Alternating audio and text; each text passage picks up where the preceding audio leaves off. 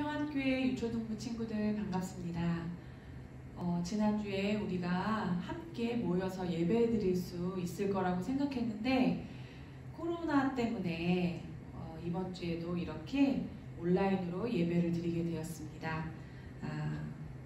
비록 조금 아쉽긴 하지만 그래도 우리 친구들 각자 있는 곳에서 하나님께 예배를 드리는 시간이니까 우리가 마음과 정성과 모든 것을 다해서 하나님께 집중하는 그런 예배가 되었으면 좋겠습니다. 기도하고 시작하겠습니다. 사랑하는 하나님 감사합니다. 오늘도 우리 유초동부 친구들 이렇게 예배를 드립니다.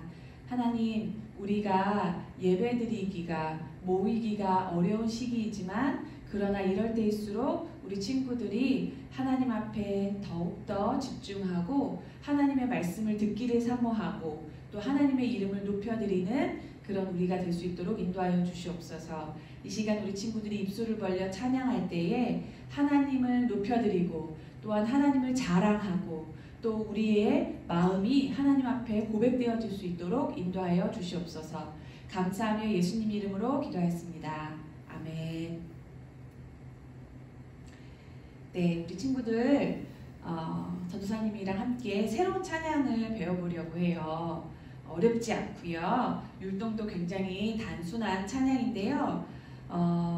우리가 만난 지 벌써 한 달이나 넘게 얼굴을 보지 못하고 있는데 못 만난 지 한 달이 넘은 것 같죠. 이 시간에 비록 우리 눈에는 보이지 않지만 우리가 얼굴을 마주할 수는 없지만 전도사님은 우리 친구들을 축복하고 싶고 또 우리 친구들은 보이지 않는 지금 각자의 집에 있는 다른 친구들을 향해서 축복했으면 좋겠어요. 그리고 함께 예배를 드리고 있는 엄마 아빠에게도 축복의 손길로 이렇게 손을 뻗어서 함께 축복해줬으면 좋겠습니다. 하나님께서 당신에게 복을 주실 것입니다 하는 말이 바로 축복이거든요. 그래서 우리가 이 시간에 너는 보배롭고 존귀한 자, 하나님의 사랑을 받은 자야 이렇게 서로 축복해주고 또 나를 축복하는 그런 시간이 되었으면 좋겠습니다. 먼저 찬양부터 불러볼게요.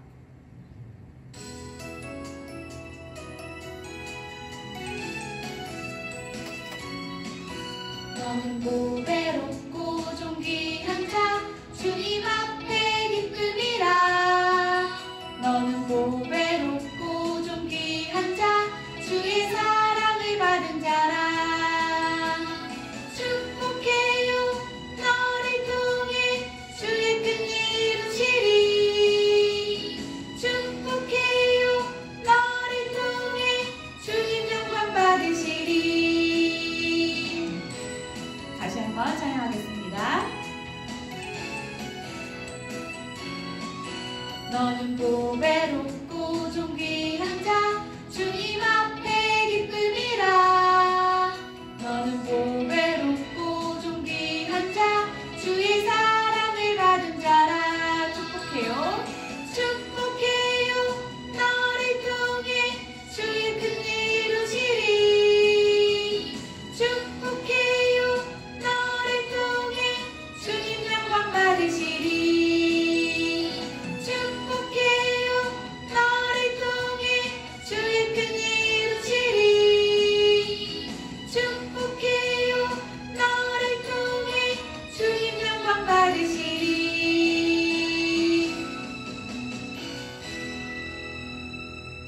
네, 우리 가사를 한번 볼게요. 너는 보배롭고 존귀한 자, 너무 보석처럼 너무너무 귀한 존재로서 너는 보배롭고 존귀한 자, 반짝반짝 빛나는 그런 보배로운 자야. 하나님 앞에 기쁨이고 그리고 너는 하나님의 사랑을 받은 자이기 때문에 그렇게 귀한 존재야. 축복해요 너를 통해 하나님의 큰일. 하나님의 큰일은 무엇일까요? 바로 우리를 사랑하셔서 구원하시는 일이 하나님의 큰일이죠. 그래서 우리 친구들을 통해서 또 전도사님을 통해서 우리 선생님들을 통해서 하나님이 생명을 구원하시는 그 큰일을 이루실 거예요. 그리고 우리를 통해서 그렇게 하나님을 이 세상에 드러내는 그런 영광스러운 그런 일을 하게끔 하신대요. 그래서 우리는 너무나도 귀하고 보배로운 존재이다 하는 찬양이 바로 오늘의 이 찬양입니다. 우리 친구들 가사를 생각하면서 다시 한번 불러보고 그리고 전도사님하고 같이 율동해 볼게요. 율동은 매우 간단하기 때문에 우리 친구들 앉은 자리에서 화면을 보면서 함께 율동할 수 있는데 전도사님 구경하지 말고 우리 같이 손을 뻗어서 함께 찬양하도록 하겠습니다.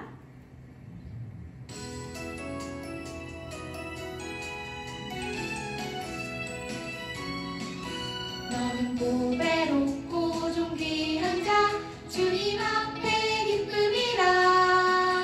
너는 보배롭고 존귀한 자 주의 사랑을 받은 자라.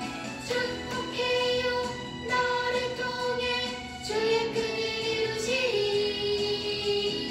축복해요 너를 통해 주님 영광 받으시리. 다시 한번 찬양하면서 율동하겠습니다. 너는 보배롭고 존귀한 자 주님 앞에 기쁨이라. 너는 보배롭고 존귀한 자 주의 사랑을 받은 자라.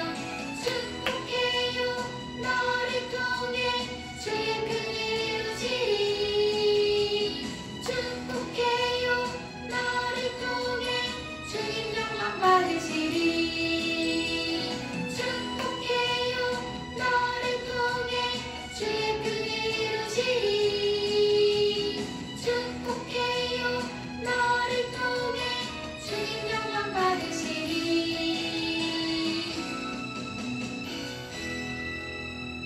네, 우리 친구들을 통해서 하나님의 큰 일을 이루시고 또 하나님을 드러내는 그런 영광스러운 그런 사명을 감당할 수 있도록 하나님께서 도우시기를 기도합니다.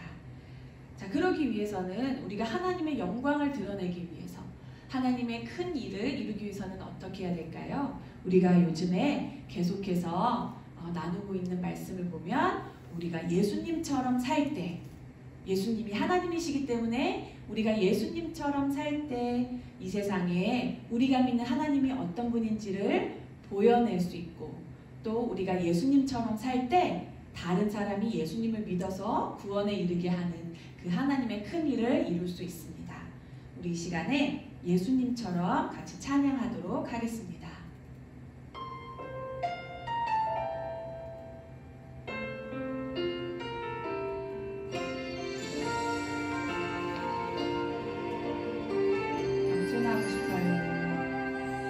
겸손하고 싶어요.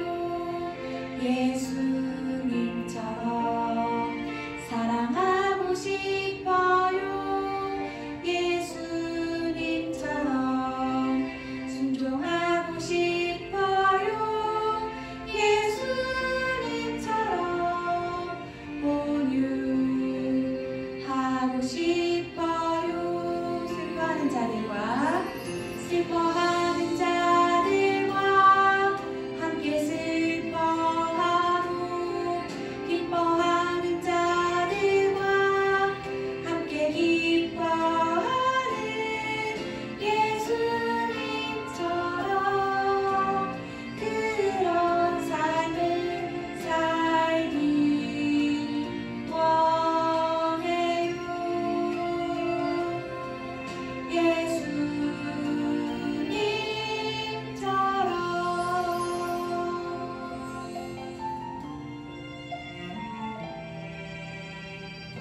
시간 진정으로 예수님처럼 살기 원합니다. 고백하도록 하겠습니다.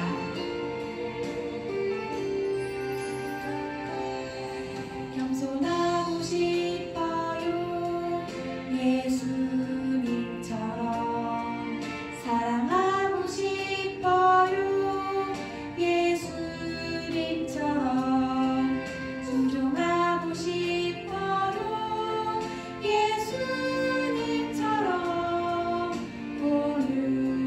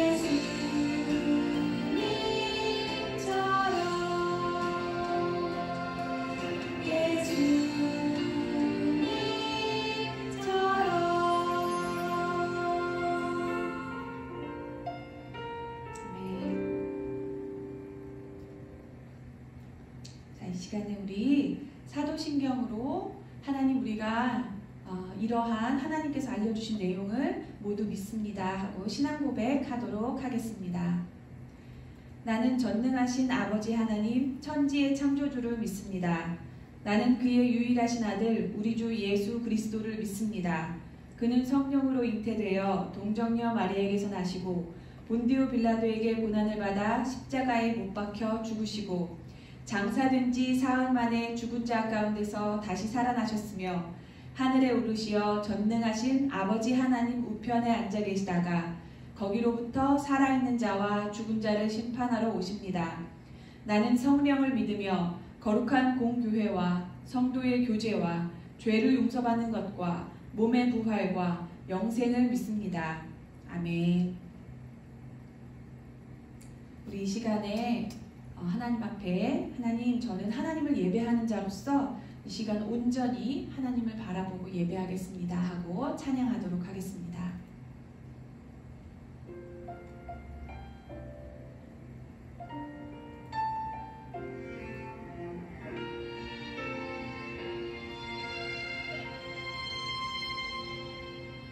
나는 하나님을 예배하는 예배자입니다.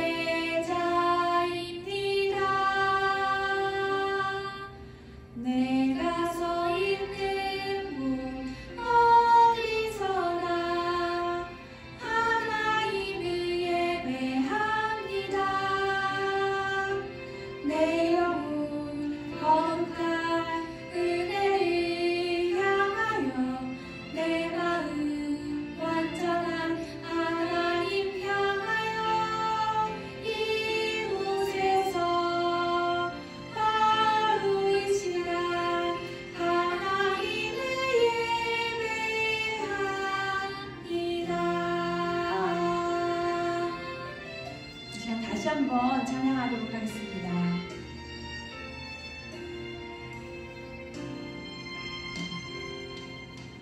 나는 하나님을 예배하는 예배자입니다.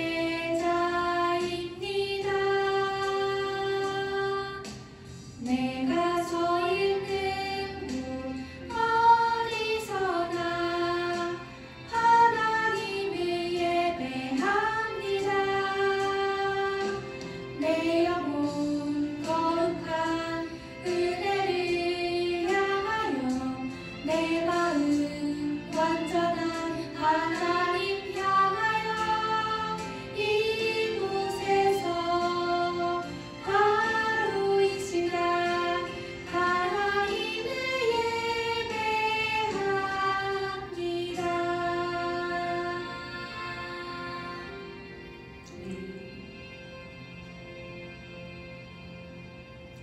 다 같이 기도하겠습니다.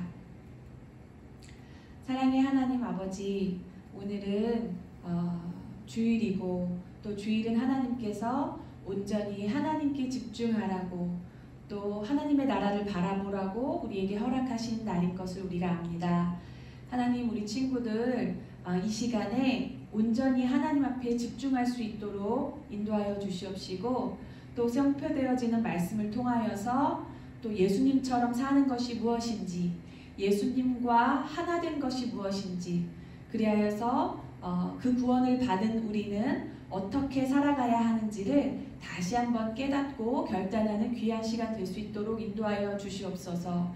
말씀에 집중할 수 있도록 하나님께서 우리 친구들의 생각과 마음을 붙잡아 주시옵시고 또 저를 통해 선포되어지는 하나님의 말씀을 성령께서 주관하여 주셔서 오로지 하나님의 말씀만이, 오로지 하나님의 진리만이 선포되어지는 시간 될 수 있도록 인도하여 주시옵소서.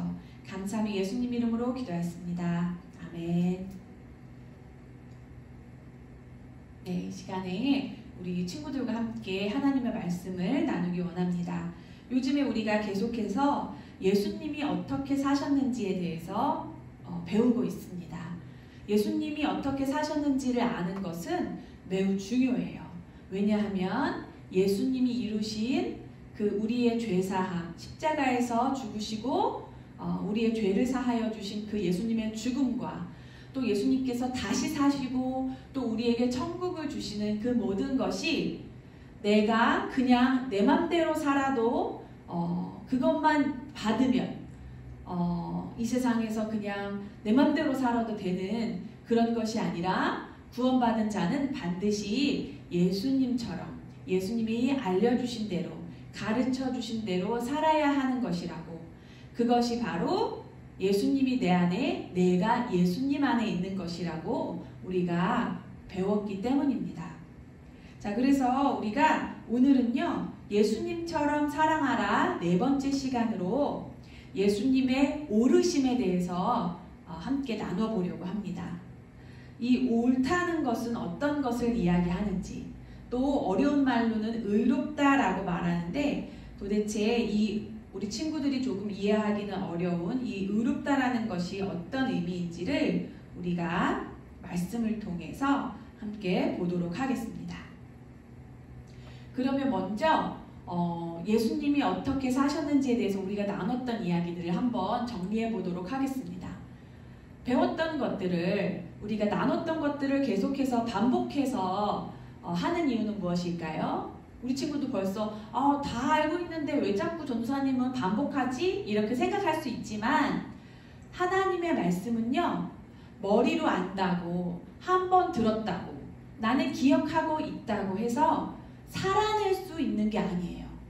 우리 친구들이 계속해서 하나님의 말씀을 반복해서 들음으로 인해서 까먹었던 것이 또 기억이 나고, 또 그러한 상황이 되었을 때 그 말씀이 떠올라서 그 말씀대로 살아갈 수 있어요. 그래서 하나님의 말씀을 계속해서 반복해서 듣는 것은 매우 중요합니다. 자, 예수님처럼 사랑하라 우리가 첫 번째 시간에 무엇을 나눴냐면요, 예수님처럼 겸손하자 그랬어요. 근데 이 겸손은 우리가 생각하는, 세상 사람들이 생각하는 그런 겸손이 아니라 하나님 앞에서 다른 사람을 소중히 여기고 존중하는 태도가 바로 겸손이다 그랬어요. 겸손한 것은 자기를 낮추는 것인데, 그 낮추는 것은 나는 뭐를 못해, 나는 너보다 이런 게 없어 하는 그런 낮춤이 아니라 하나님 앞에 내가 얼마나 하나님의 구원이 필요하고 사랑이 필요한 존재인지를 알아서 하나님 앞에 내가 누구인지를 알고, 또 다른 사람도 나처럼 소중한 자인 것을 아는 것, 그것이 바로 겸손한 태도입니다. 그런 사람은 어떻게 대할까요? 다른 사람을 온유하게 대해주겠죠. 따뜻하고 부드럽게 대해줄 수 있습니다. 왜냐하면 그 사람도 나와 같이 소중한 존재이고 또 나처럼 하나님의 사랑이 필요한 연약한 존재인 것을 알기 때문이에요. 그래서 온유하다는 것은 모든 것을 그래 맞아 하고 다 받아주는 태도가 아니라고 했습니다. 어떠한 태도이지요? 다른 사람에게 부드럽고 따뜻하게 대해주는데 그냥 모든 것을 받아주는 것이 아니라 어떻게 해야 될까요? 자, 우리가 세 번째 나눴던 말씀이 있죠. 다른 사람이 나로 하여금 화를 나게 하거나 아니면 마음이 상하게 하거나 이럴 때에 그를 오래 참아주는 거예요. 근데 오래 참아주는 것은 그냥 꾹 하고 뒤돌아서거나 무시하거나 하는 것이 아니라 온유하게 따뜻하고 부드러운 태도로 옳은 것을 알려주면서 끝까지 기다리는 것이 바로 오래 참음이다 했습니다. 자, 옳은 것을 끝까지 알려주는 건 매우 중요해요. 그 사람에게 옳은 것을 알려주는데, 그런데 또 내가 이야기해주거나 알려주는 태도가 너무 공격적이거나 아니면 자존심을 상하게 한다거나 너무 가르치려고 하는 태도이거나 이러면 그 사람이 내가 전하는 옳은 것을 받아들이지 않겠죠. 나는 그 사람을 지금 참아주면서 옳은 것을 가르쳐 주려고 하지만 이 온유한 태도가 없으면 그 사람이 그것을 받아들이지 않기 때문에 아무 소용이 없어요. 자, 우리는 오늘 그래서 이 옳은 것을, 도대체 이 옳은 것이 무엇일까? 이 옳은 것을 온유하게 알려주는 것, 그것이 오래 참는 것이었는데, 그러면 우리가 도대체 이 옳은 것, 오늘은 예수님의 옳은 것에 대해서 우리 친구들과 나눌 거기 때문에, 그러면 그 옳은 것이 무엇일까를 한번 나눠보도록 하겠습니다. 자, 옳다라는 것이 무엇일까요? 우리 친구들 계속해서 전도사님하고 나누고 있기 때문에 이렇게 반을 나눠서 전도사님이 이쪽은 X를 하고 이렇게 해야 된다라고 이야기하는 거, 이 패턴을 알 수가 있지요. 다시 한번 우리 정리를 해보도록 할게요.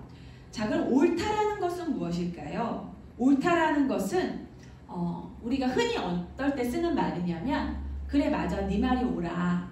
그리고 사람은 옳은 일을 해야 돼. 다른 사람을 미워하거나 공격하거나 법을 어기거나 이러면 안 되고 옳은 일을 해야 돼. 이렇게 우리 친구들 옳다라는 표현을 우리의 일상생활에서 쓰고 있어요. 그런데 사실은 성경에서 말하는 옳다라는 것은 예수님이 안 믿는 사람도 이야기하는 옳다랑은 많이 달라요. 자, 그럼 옳다라는 말은 옳다, 맞다 이런 뜻은요, 한자로는요 의라고 써요. 의. 그래서 이렇게 양 밑에 아자가 들어가 있는 이런 모습이에요. 자, 그래서 이것은 옳다라는 뜻인데요. 그러면 이 의자는요, 옳다 의자는 무슨 뜻일까? 자, 그래서 예수님을 아까 전에 우리가 예수님의 옳으심하고 가로치고 의로우심 했잖아요. 그래서 그 의가 뭐냐면 이 옳다라는 뜻의 한자예요.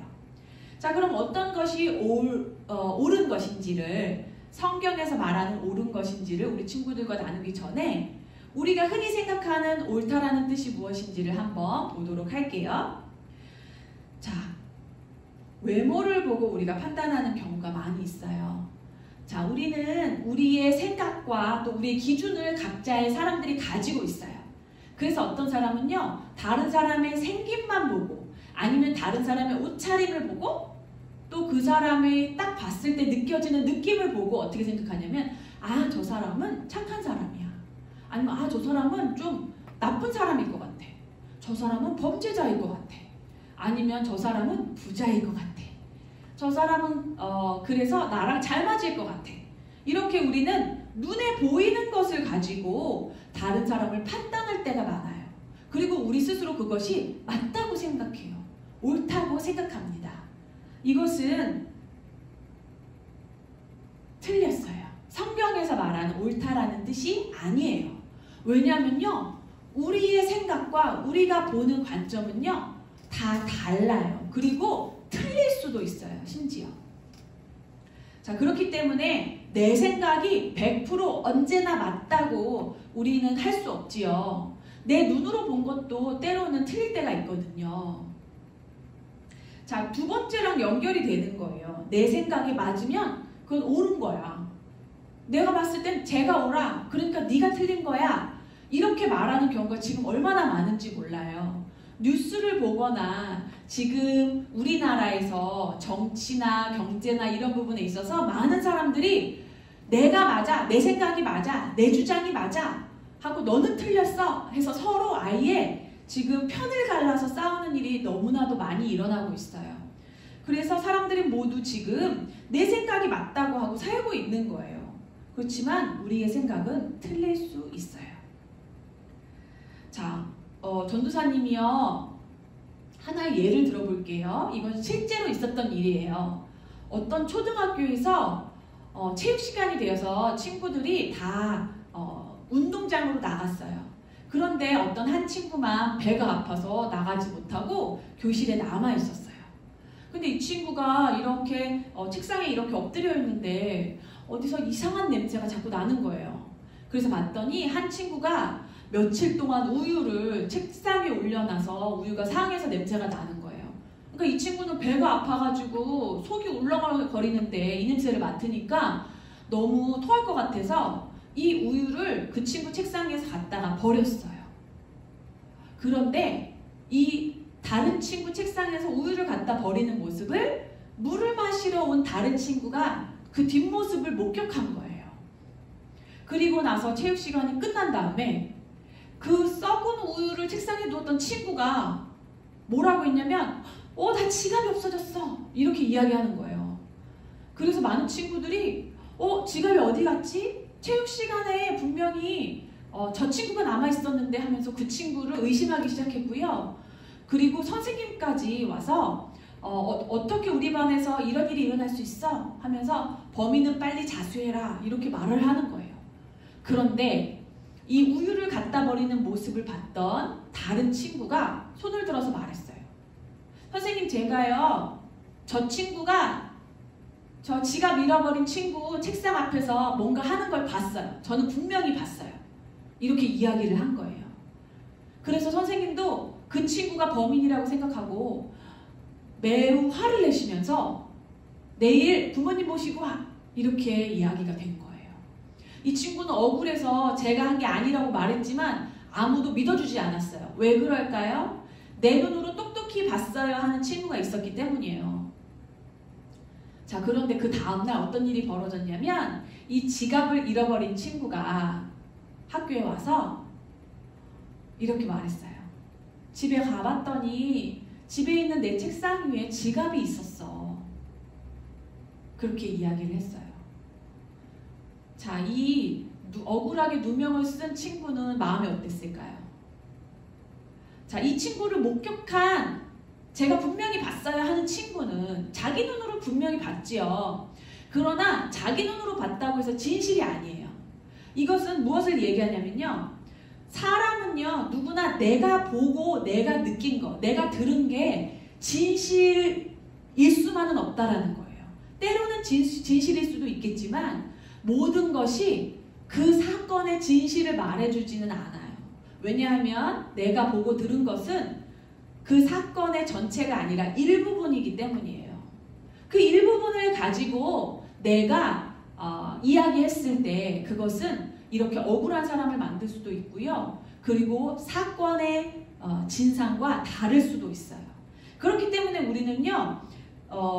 보여지는 것만을 가지고 판단한다든지 아니면 내 생각이 맞다라고 그렇게 강력하게 주장하는 태도는요. 옳지 않아요. 옳다고 생각하고 했지만 그것이 옳지 않을 때가 있기 때문에 이렇게 해서는 안 되겠죠.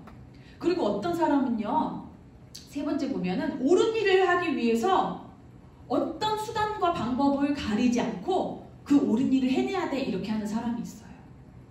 옳은 일은요. 과정도 올라야 해요.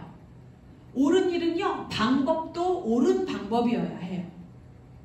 자, 만약에 내가 가난한 사람을 도와주기 위해서 착한 일을 하기 위해서 부자인 사람의 돈을 훔쳐서 도와준다면 이것은 옳은 일일까요? 옳지 않죠. 옳은 일은 그 과정과 방법까지도 옳은 것이어야 해요. 그렇기 때문에 이것은 틀렸어요. 그렇지만 요즘에는 많은 사람들이 또 그 좋은 결과를 위해서는 이 과정이나 방법은 옳지 않아도 된다고 생각하는 사람들이 많이 있어요. 자, 밑에 볼까요? 나쁜 일을 한 사람은 내가 지금 당장 벌을 줘야 한다. 이렇게 생각을 해요. 어떤 범죄자, 우리가 뉴스를 보면은요, 정말 너무 이런 사람을 어떻게 그냥 이렇게 둘 수가 있어? 아니면 이런 사람에게 어떻게 이렇게 작은 형벌을 줄 수가 있어? 하면서 우리가 화가 날 때가 있고요. 심지어 그렇기 때문에 내가 너를 응징할 거야. 내가 너에게 복수할 거야 하는 사람들도 많이 생겨나고 있어요. 자, 그런데 이 나쁜 일은요. 누가 벌 주실까요? 나쁜 일에는요. 반드시 벌이 있습니다. 죄에는요. 반드시 대가가 있어요. 내 눈에 지금 당장 그 대가가 보여지지 않아서 내 속은 터질 것 같고 그리고 마음이 상할 때도 있지만 나쁜 일, 죄에 대한 벌은 하나님이 주세요. 그러니까 내가 지금 당장 주려고 하는 것, 복수하려고 하는 것, 이것은요, 옳은 태도가 아니에요. 많은 사람들은 나쁜 일을 했으니까 당연히 벌을 받아야지, 이건 옳은 일이야 라고 생각하지만 하나님 앞에서 내가 이렇게 틀릴 수도 있는 외모를 보고 판단하고 그 다음에 내가 본 것만 가지고 판단해서 내가 옳다고 생각하고 저 사람을 벌 주려고 하는, 우리는 틀릴 수도 있기 때문에, 그렇기 때문에 이 나쁜 일에 대한 벌은 누가 주신다? 하나님이 주시는 거예요. 하나님의 때에 지금 당장 내 눈앞에서 통쾌하게 그 사람이 벌을 받지 않아도 반드시 하나님께서는 죄에 대한 대가를 그 사람에게 물으실 것이기 때문에 우리는 절대로 우리가 스스로 다른 사람을 벌 주어서는 안 돼요.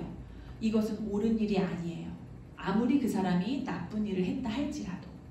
자, 그래서 세상이 말하는 이런 옳다라고 생각하는 것은요, 사실 하나님 앞에 맞지 않아요. 이것은 옳지 않아요. 자, 그럼 하나님이 말씀하시는 옳다는 것은 어떤 것일까요? 자, 외모를 보고 판단하지 않는 거예요. 다른 사람, 저 사람이 착한 사람 같아. 저 사람은 나랑 잘 맞을 것 같아. 쟤는 나랑 안 맞을 것 같아. 그러니까 나는 쟤랑 안 놀 거야. 이렇게 하는 거. 그리고 저 사람은 부자 같아. 그러니까 저 사람한테 잘해줘야지. 이 세상은 지금 많이 그렇게 생각하고 실제로 그렇게 살고 있는 사람이 많아요. 저 사람은 나한테 잘해주니까 나도 저 사람한테 잘해줘야지. 저 사람은 나한테 별로 친절하지 않으니까 나도 저 사람 무시할 거야. 나도 친절하지 않을 거야. 이렇게 지금 우리가 보이는 것만으로 판단하는 것, 이것은 옳지 않기 때문에 보이는 것으로 판단하지 않는 거예요. 우리 예수님께서는 어떻게 그렇게 하셨는지 좀 이따가 우리가 나눠보도록 하겠습니다. 자, 그 다음에 맞는 것과 틀리는 것을 구분할 줄 알아야 해요. 자, 그러면 맞는 것에 대한 기준이 있어야겠죠. 그러면 맞지 않는 모든 것은 틀린 것이 되는 거예요. 우리 친구들 시험을 볼 때 맞는 것, 맞는 답 말고 100가지, 1000가지가 있어도 다른 것은 다 틀린 거죠. 그러니까 우리 친구들이 맞는 것이 무엇인지를 아는 것이 틀린 것을 구분할 수 있어요. 틀린 것 100가지를 배우는 것보다 맞는 것 1가지를 배우는 것이, 그것을 명확하게 아는 것이 오히려 맞는 것과 틀리는 것을 잘 구분할 수 있는 방법이에요. 자, 그러면 여기서 우리가 나눌 것은요, 또 다른 것과 틀린 것을 구분할 줄 알아야 돼요. 자, 다른 사람과 나는요, 생각이 다를 수 있어요. 죄에 관련된 것이 아니면, 만약에 저 사람은 남의 물건을 훔치려고 하고 거짓말을 하려고 하고 나는 그러면 안 된다고 생각한다면 저 사람은 틀리고 나는 맞아요. 하지만 저 사람은 그냥 저렇게 생각하고 나는 이렇게 생각하고, 나는 다른 사람을 도와줄 때 이렇게 도와주는 것이 좋다 생각해. 아니야, 나는 저렇게 도와주는 것이 좋다 생각해. 이것은 틀린 게 아니죠. 다른 거예요. 그렇기 때문에 이 하나님이 주시는 기준, 우리가 가지고 있는 하나님이 주신 기준이 맞는 것이고, 그것이 아니면 틀린 것이지만 하나님의 기준이 아닌 사람의 생각이 다른 것, 이것은 틀렸다고 하고 공격하면 안 돼요. 틀렸다고 하고 막 가르치려고 들면 안 돼요. 이것은 잘 구분할 수 있어야 해요. 자, 그럼 예를 하나 들어볼게요. 전도사님이 전에 한번 설교한 적이 있죠. 만약에 어떤 사람이 나는 남자로 태어났지만 여자로 살고 싶어 하는 부분은, 그 사람은 다르다고 생각할 수 있지만 하나님 기준에서, 하나님 말씀의 기준에서 봤을 때 그것은 틀린 생각이에요. 그치요? 그것도 다른 것이라고 받아주면 안 돼요. 그쵸? 그런데 그 사람을 우리가 틀렸다고 공격해서도 안 된다고 했어요. 그치요? 틀린 것은 공격해서 고쳐지는 것이 아니에요. 아까 봤지요? 옳은 일을 위해서 막 공격적으로 싸우자고 막 너는 틀렸다고 이렇게 말하는 것, 그것은 옳은 방법이 아니에요. 어떻게 해야 돼요? 방법도 옳은 방법이어야 되는데, 그 옳은 방법은 뭐냐면 우리가 지난 시간에 배웠다시피 온유하게 옳은 일을 알려주면서 끝까지 기다려주는 오래 참음이 있어야 하는 것이에요. 자, 너무 어렵지요? 하나님의 말씀대로 사는 거. 자, 이것이 지금 하나님의 말씀을 우리가 종합적으로 보고 있는 것이기 때문에 우리 친구들이 이해하기 어려울 수 있지만, 그러나 계속해서 듣는 것을 통해서 하나님께서 깨닫게 해주실 것을 믿습니다. 자, 그래서 지금 맞는 것과 틀린 것의 기준이 무엇인가? 맞는 것의 기준, 하나님의 말씀이에요. 이 세상이 어떻게 말하든지 간에 우리는 하나님의 말씀이 우리의 기준이에요. 이 세상은요, 국가의 법을 지키는 정도를 통해서 사람이 틀리지 않았다라고 생각하지만 하나님의 법은요, 예를 들어서 세상의 법은 다른 사람을 해치지 않고 피해주지 않고 그러나 도와주지 않아도 어떻게 생각하냐면 그것은 맞는 거예요. 그렇죠? 다른 사람을 도와주지 않았다고 국가에서 잡아가지 않아요. 그렇죠? 그래서 세상의 법은, 세상의 기준은 어느 정도냐면 다른 사람을 해치지 않는 선이 바로 기준이에요. 근데 하나님의 기준은 뭐예요? 다른 사람을 해치지 않는 정도가 아니라 더 나아가서 다른 사람을 도와주고 섬겨주고 사랑해주는 것. 이것이 바로 하나님의 기준이에요. 그래서 우리는 세상의 기준 정도로 사는 것이 아니라 하나님의 말씀을 기준으로 해서 맞는 것과 틀린 것을, 옳은 것과 틀린 것을 구분할 수 있어야 해요. 그렇기 때문에 우리는 계속해서 하나님의 말씀을 배우고 있습니다. 자, 이 맞는 것을요, 우리가 뭐라고 표현하냐면 정의롭다. 우리가 세상에서 쓰는 말로, 많은 사람들이 쓰는 말로 정의롭다라고 해요. 다른 사람을 도와주기 위해서 자기를 희생한 사람을 이 세상에서도 의인이라고 부르지요. 그래서 그런 사람을 정의로운 사람, 또 자기의 불이익이나 이런 걸 생각하지 않고 옳은 것을 위해서 용감하게 나서는 사람을 정의의 사도, 정의로운 사람 이렇게 표현을 합니다. 자, 그런데 하나님의 말씀에 정의로운 것은요, 지금 이런 것도 포함이 되어 있어요. 옳은 것을 위해서 용감하게 나서는 것, 다른 사람을 위해서 도와주기 위해서 희생하는 것, 이런 것이 다 그것에 들어가 있지만 또 그것이 공평하고 공정한 그런 의미도 담고 있어요. 그냥 정의로워서 내가 용기를 내서 저 사람을 도와줘야지 이 정도가 아니라 그것은 꼭 반드시 누구 한 사람에게 피해를 준다든지 아니면 어떤 사람을 억울하게 하는 것이 아니라 공평하게 공정하게 이루어져야만 해요.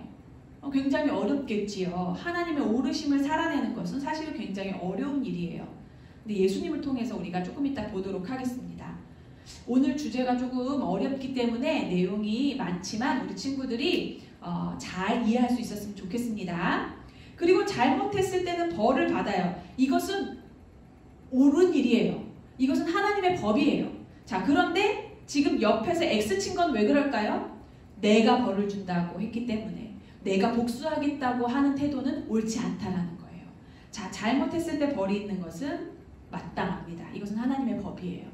자, 그러면 우리가 모든 사람이 아담 이후에 다 죄인으로서 죄의 벌을 받아야 해요. 그 죄의 벌이 뭐였냐면요, 사망이에요. 죽는 것. 죽어야 해요. 그럼 우리 친구들 잘 생각해 볼까요? 우리가 살아있어서 다른 사람을 도와주고 또 정의롭고 이 모든 것을 지금 우리가 나눴다고 한다면 지금 죽어가고 있는 사람에게, 곧 죽을 사람에게 가장 옳은 일은 어떤 일일까요? 그 사람에게 생명을 주는 일이겠죠. 그 사람을 살려주는 일이 죽어가고 있는 사람에게는 가장 옳은 일이에요. 자, 그러면 하나님의 의, 하나님의 오르심은요, 그냥 행위로만, 행동으로 다른 사람을 도와주고 그렇게 정의롭게 하고 이런 아주 작은 범위도 있지만 가장 큰 범위는 뭐냐면요, 바로 생명을 주는 일이에요. 죽어가고 있는 이 사망으로 갈 수밖에 없는 우리에게, 죽어가고 있는 사람에게 가장 옳은 일이란 어떤 것인가? 바로 생명을 주는 일이랍니다. 자, 그래서 이 생명을 주는 일을 하러 오신 분이 바로 예수님이시고, 또 예수님은 살아계시는 동안 그 생활 속에서 많은 또 옳은 일을 하셨어요. 자, 그러면 이 생명을 주는 일은 우리가 할 수 있는 일이 아니지요. 우리는 이미 이 생명을 받았어요. 그러면 우리가 할 수 있는 또 이 의로운 일이라는 것은 죽어가고 있는, 하나님을 몰라서 죽어가고 있는 다른 사람이 이 생명을 얻도록 하는 거예요. 근데 그 생명은 우리가 줄 수 있는 게 아니지요. 누가 줄까요? 하나님이 주시는 거예요. 그러면 그 친구가 생명을 얻게 하는 일은 뭘까요? 바로 하나님을 믿는 일이에요. 하나님을 믿을 수 있도록. 그럼 하나님을 믿을 수 있도록, 예수님을 믿을 수 있도록 도와줘야겠죠? 그래서 우리는 이 앞에 있는 것이 필요해요. 우리의 삶의 태도에서. 이렇게 정의롭고 다른 사람을 도와주고 맞는 것의 기준을 분명히 세워서 내 맘대로 판단하지 않고 다른 사람을 대해주는 것, 이것이 필요한 거예요. 이렇게 해야지만 다른 사람이 나를 통해서 생명을 얻는 일, 하나님을 믿어서 생명을 얻는 그 복을 받을 수가 있어요. 이것이 뭡니까? 자, 이 모든 것이 바로 의예요. 하나님의 의. 자, 그럼 예수님은 어떻게 의로우셨는지 한번 볼까요? 자, 예수님께 많은 사람들이 배우려고 나왔어요. 그런데 어린아이들이 시끄럽게 막 왔다 갔다 하면서, 그렇지만 예수님을 막 보고 싶어서 이렇게 왔을 때 제자들은 야, 예수님이 가르치시는 거 어차피 너네 못 알아들어, 애들은 가, 이렇게 했지만 예수님께서는요, 그 어린아이들이 나에게 오는 걸 막지 마. 저 어린아이들 내가 얼마나 사랑하는데. 우리 예수님께서는 그렇게 말씀하셨어요. 그러니까 내 말을 알아들을 수 있는 나이와 그렇지 않은 나이를 막 구별해서 보이는 것만 가지고 판단하지 않으셨다라는 뜻이에요. 그리고 병든 자가 왔을 때 믿는 자든 믿지 않는 자든 고쳐주셨어요. 심지어 어떤 사람은요, 고쳐줬더니 그냥 예수님을 떠나간 사람도 있어요. 그렇지만 예수님은 너는 나를 믿으니까 고쳐주고 너는 나를 믿지 않으니까 안 고쳐줄 거야, 이렇게 하지 않으시고 모든 사람을 똑같이 공평하게 사랑하는 마음으로 대해주셨어요. 자, 그리고 부잣집 사람들만 고쳐준 것이 아니에요. 우리 예수님은요, 그 사람과 그 사람 주변에 있는 사람들의 믿음, 예수님을 찾아오는 그런 믿음을 보시고 사람을 고쳐주셨어요. 지금 막 사람이 많아서 문으로 못 들어오니까 이 친구들이요, 이 병자의 친구들이 지금 지붕에서부터 이 환자를 내려주고 있지요. 그랬더니 예수님이 많은 사람이 밖에 있었지만 이렇게까지 해서 예수님을 만나고자 하는 그 사람들을 그 환자를 고쳐주셨어요. 예수님은 그 사람이 돈이 많고 아니면 그 사람이 어떤 높은 지위에 있고 이 사람이 얼마나 유명하고 이런 것을 보지 않으시고 예수님은 그 사람의 마음과 또 예수님의 그 사랑하심 때문에 모든 사람에게 공평하게 대해주셨어요. 자, 그리고 많은 사람들이요, 이 사람은요, 유대인의 선생님이에요. 바리새인들. 그래서 이 사람들은요, 내가 얼마나 성경을 잘 아는지 알아? 이러면서 막 다른 사람들을 막 가르치고 그리고 막 지적질하고 막 이렇게 했어요. 그래서 다른 사람들은요, 이 바리새인들과 또 대제사장 이런 사람들에게 굽신굽신하고 이렇게 그들의 말에 순종하고 이럴 수밖에 없었는데 예수님께서는요, 오히려 그런 사람들에게 화를 내시고 그리고 가르치셨어요. 너네 어떻게 말씀을 가르친 사람들이 이렇게 하나님 말씀대로 살지 않아? 이렇게 하면서 오히려 그 사람들을 무서워하거나 두려워하지 않고요, 화를 내시고 또 그 사람들에게 옳은 것들을 가르쳐 주셨어요. 자, 그런데 예수님의 화를 내시는 것은요, 예수님이 이런 사람들에게 화를 내셨다고 하니까 우리도 옳은 일을 하기 위해 막 화를 내야 돼. 그러면 안 되죠, 우리는. 왜냐하면 우리 예수님은요, 언제나 옳으신 분이었기 때문에 예수님이 화를 내셔도 또 예수님께서 판단하신 것은 언제나 옳기 때문에 예수님은 가능하지만 우리는 막 우리가 보여지는 대로 화를 내거나 아니면은 내가 가르쳐야 돼 이렇게 하면서 하면 안 되겠지요. 자, 예수님께서는요, 또 성전에서 예배드리는 성전에서 장사하는 사람들을요 내쫓았어요. 그럼 이 사람들은 예수님을 공격하고 또 예수님에 대해서 나쁘게 말하거나 이렇게 할 수도 있지만 예수님은 그 사람들을 두려워하지 않으시고 예수님께서는 이렇게 옳은 일을 위해서 이런 일들을 하셨어요. 또 자, 우리 친구들 알다시피 이 베드로가요, 이 베드로는요, 베드로예요. 이 사람이 베드로는 어떤 사람이었냐면요, 닭이 울기 전에 예수님을 3번 부인했던 사람이에요. 나 예수님 몰라! 이러고 도망갔던 사람인데요. 그런데 지금 베드로를 보니까 오히려 예수님이 십자가에 죽으시고 부활하신 내용을 아주 사람들에게 담대하게 이야기하고 있어요. 왜 그럴까요? 베드로는 예수님 앞에 실패했을 때 예수님께서 너는 나를 부인했잖아. 너는 나쁘니까 나는 너에게 기회를 주지 않을 거야. 이렇게 하지 않으시고 예수님께서는 오히려 그런 베드로를 찾아가서 부르시고 그리고 오히려 이렇게 다른 사람에게 복음 전하는 일을 맡겨주셨어요. 예수님의 이 의로우심이라는 것은 우리의 기준과 많이 다르다는 것을 우리가 알 수 있어요. 그리고 사도 바울도 오히려 이 사도 바울은 어떤 사람이었냐면요, 교회를 핍박하러 다니는 사람이에요. 예수님을 믿는 사람들을 찾아다니면서 감옥에 넣으려고 하는 사람이었어요. 그런데 예수님을 만난 다음에 이 사도 바울은 오히려 예수님을 전하는 많은 나라들을 혼자 돌아다니면서, 많은 동역자가 있긴 했지만 돌아다니면서 목숨을 걸고 예수님을 전하는 사람으로 바뀌었어요. 우리가 봤을 때 교회를 핍박하고 믿는 사람들을 막 감옥에 데리고 가는 이 사람은요, 벌을 받아 마땅하지만 하나님은 예수님은 그렇게 하지 않으시고요, 오히려 이 사람을 통해서 예수님의 이름을 널리 전파하는데 그를 사용하셨어요. 또 마지막으로 우리가 보면은요, 이 예수님의 이 십자가의 죽으심으로 온전히, 우리가 아까 전에도 나누었지만 죽어가는 자에게 가장 옳은 일은 그에게 생명을 주는 일이라고 했지요. 우리가 죄로 인해 죽을 수밖에 없는데, 그런데 예수님께서 우리를 대신해서 죽으심으로 우리에게 생명을 주셨어요. 이것이 사실은 예수님의 의로우심을 가장 잘 드러내고 있지요. 자, 로마서 3장 25절에서 26절에는요, 이렇게 말씀하고 계세요. 이 예수를 하나님이 그의 피로 인하여 믿음으로 말미암는 화목제물로 세우셨으니 이는 하나님께서 길이 참으시는 중에 전에 지은 죄를 간과하심으로 의로움을 나타내려 하심이니 이때에 자기의 의로움을 나타내사 자기도 의로우시며 또한 예수를 믿는 자를 의롭다 하려 하심이라. 아멘.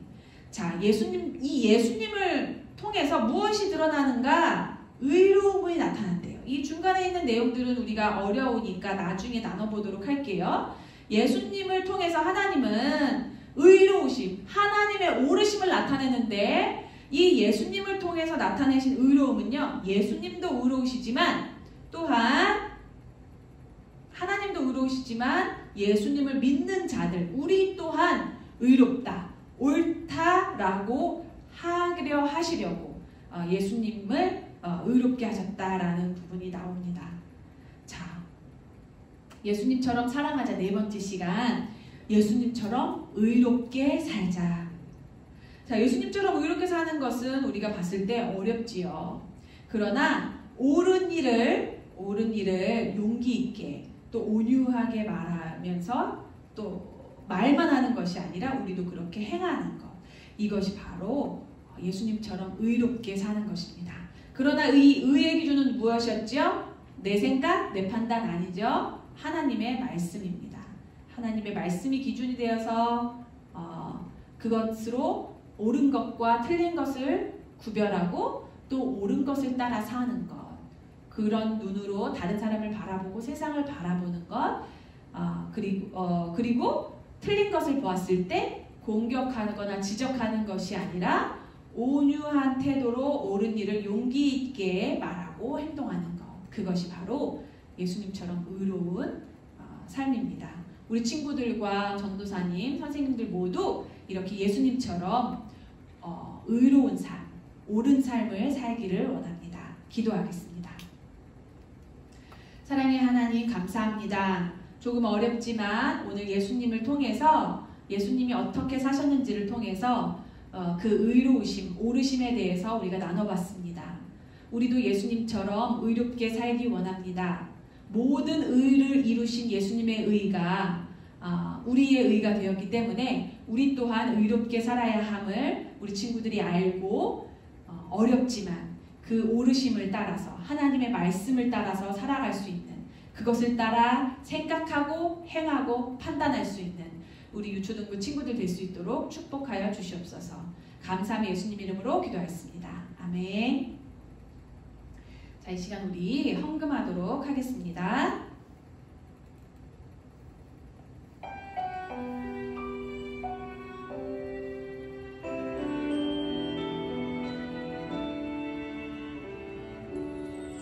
나의 가장 큰 기쁨 나의 하나님, 내가 가진 것은 다 하나님이 주셨어요. 나의 두 손에 소중한 마음을 담아 하나님께 고백하며